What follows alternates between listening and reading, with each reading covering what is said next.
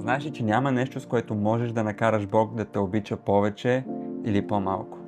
Нека обясна. Никога не би могъл да разбереш колко много Бог те обича, докато не разбереш колко много всъщност Той обича Исус Христос. Докато не разбереш стойността на Исус Христос, не би могъл да разбереш колко ти всъщност си ценен за Бог. В света знаем, че ако дадем 200 лева за едни обувки, ние тези обувки всъщност сме ги оценили на тази стойност. И знаем, че цената, която плащаме за нещо, определя стойността, която ние сме намерили в този продукт или услуга. С други думи, Бог, за да създаде творението, трябваше само да говори думи, с които да създаде цялата Вселена. Но за да изкупи теб и мен и човечеството, творението като цяло трябваше да изпрати най-скъпото, което има.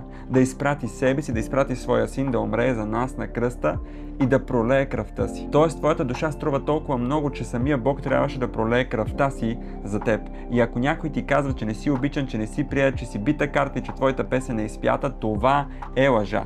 Бог вече даде най-скъпото, което има за теб, демонстрирайки Неговата абсолютна любов към теб. Библията ни казва, че Бог демонстрира своята любов към нас, изпращайки Исус Христос да умре за нас на кръста, докато бяхме още грешници. Тоест не бяхме направили нищо по никой параграф, с което да го впечатлим или да наклоним везните в наша полза. Не!